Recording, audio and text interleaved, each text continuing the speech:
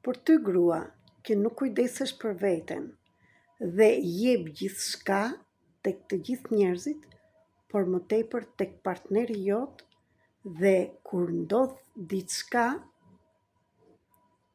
që ti ke harruar veten, atëherë kujtohesh cilat janë gabimet që ke bërë me veten tënde, ke dhënë më tepër tek të tjerët dhe ke bllokuar energjinë tënde dhe je sëmurë.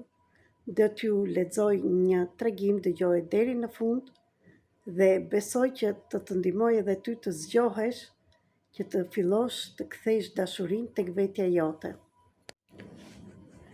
Im shoq më dha letrat e divorcit tim ditën e trajnimit tim të fundit të kimoterapisë. Ky tregim është nga një grua që është sëmurur me kancerin e gjoks dhe dëgjojeni deri në fund. Tha që nuk isha më gruaja me të cilën ai ishte dashuruar. Sot e di që jeta ndonjëherë vjen me çmimin e vet dhe të pafalshëm. Nuk u martova për t'u bërë infermiere, më tha ai, ndërsa unë përpiqesha të mos villnja nga efektet e trajnimeve. Ai shtoi se donte një grua të plotë, të shëndetshme, plot jetë. Pastaj u largua për një grua tjetër, i bindur se kishte zgjedhur rrugën e dur. Kur u martuam, i tham ato fjalë që duken si të përjetshme, në sëmundje dhe në shëndet. Dhe atje ku tham fjalën të njëri tjetrit në sëmundje dhe në shëndet, besova se ishin të vërteta.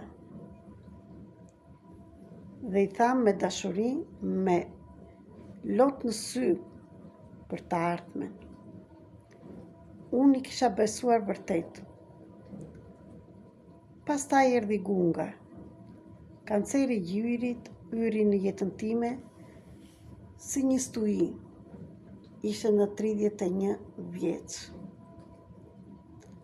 Udhëtimet, planet, normaliteti u reduktuan në dhoma pritje të bardha, gjilpëra të përzjera dhe frikë.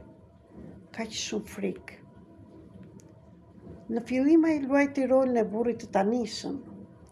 Ai ecte me mua, më mbante dorën, por kur humba flokët, diçka ndryshoi. Ai nuk më shikonte më në sy. Ai shmangte kontaktin. Në shtrat, ai u ngurtësua. Tha se ishte i lodhur.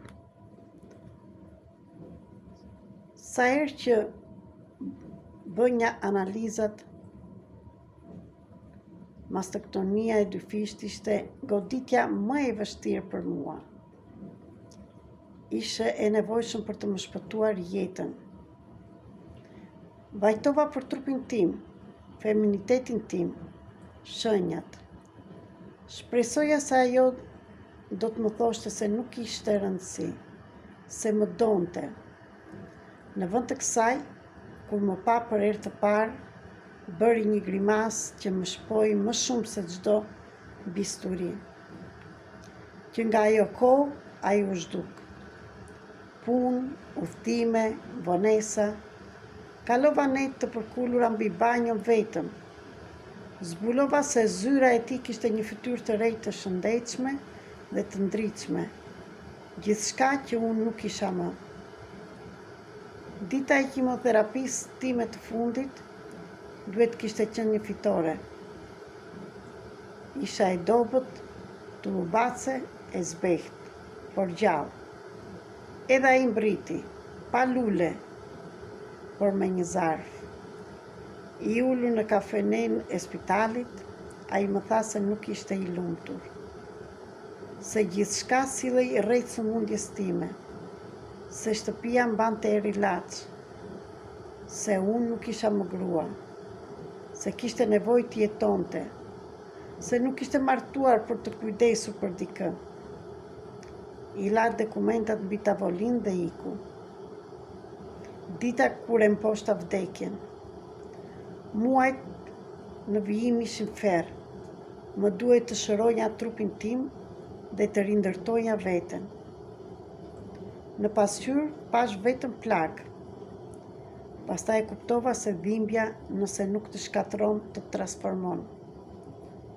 Fillova një udhtim terapik, u ktheva te piktura.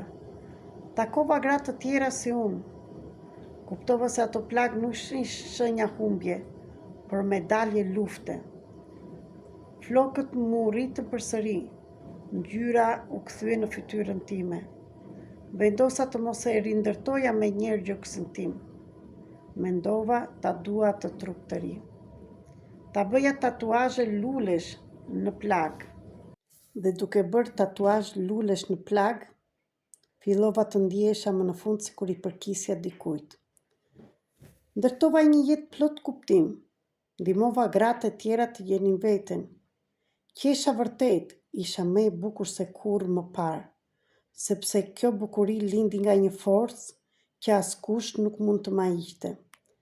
3 vjet më vonë, Razilja e derës, ishte ai. Ndryshe, i raskapitur, i lodhur, i brisht, ai tha se më kishte kërkuar, se isha mirë, se kishte bërë një gabim. Më tregoi për një aksident, muaj të tërë në shtrat, një punë të humbur dhe se si gruaja për të cilën më kishte lënë ishte larguar, duke thënë se nuk ishte e krijuar për të kujdesur për një burr të thyer. Ai më kërkoi falje, më tha që mund të fillonim nga e para, se tani mund të shërojmë njëri tjetrin. E shikova, ndjeva dëmshuri, por jo dashuri. I thash se kishte të drejtë për një gjë, gruaja që dikur isha nuk do ta linte kurrë. Ajo që do të më mbante, do të kujdese për mua, do të më falte. Pastaj shtova se ajo grua kishte vdekur ditën që më kishte braktisur në spital. Gruaja para tij ishte dikush tjetër, një grua e plot, aq e plot sa nuk kisha më nevojë për të. I thash se po kërkonje një infermiere, jo një grua, dhe se turni im kishte mbaruar prej vitesh. E mbylla derën, e ktheva çelësin, shikova përreth pikturat e mia, jetën time, heshtjen time. Nuk pash asnjë plagë, pash një luftëtare dhe për herë të parë nuk ndjeva faj. Kjo historia është për të gjitha ju gratë që keni dhënë shumë dhe keni harruar veten. Dhe në të gjitha ju jam dhe unë. Sepse dhe unë, duke qenë e mësuar nga mamaja ime, nga gjyshja ime, nga paraardhësit, dhe kjo nuk është e keqe. U mësuam të japim, u mësuam që ne gratë duhet të durojmë, të heshtim, për erdhi dita, që ne të themi mjaft në vuajtje, mjaft në mjerim dhe mjaft në dhimbjen, dhe të harrojmë veten. Erdhi dita që të jetojmë për veten tonë, të respektohemi si femra dhe meritojmë shumë. Ju dua shumë, ju falenderoj dhe më ndiqni këtu dhe për video të tjera.